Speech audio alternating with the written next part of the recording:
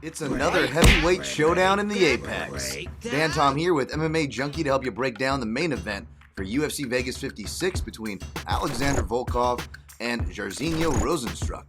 Volkov is coming off of a disappointing main event loss to up-and-coming contender Tom Aspinall, but is looking to get back on his title contention track as he's always kind of been just on the cusp of those outside big names. But standing in his way this Saturday is a big man in Biggie Boy Jairzinho Rozenstruik. Sure, he may only stand 6'2" compared to Volkov's 6'7", but Rozenstruik packs a punch as he can end a fight on a moment's notice.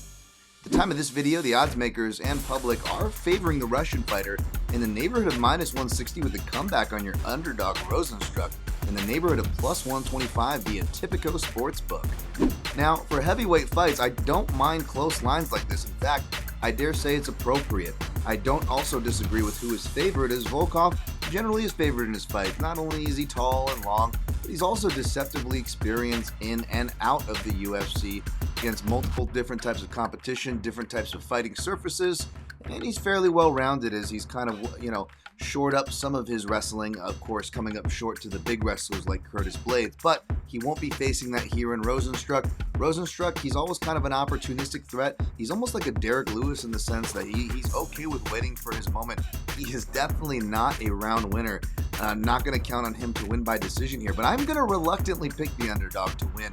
I feel like, Volkov, he could finish and surprise us with the finish here.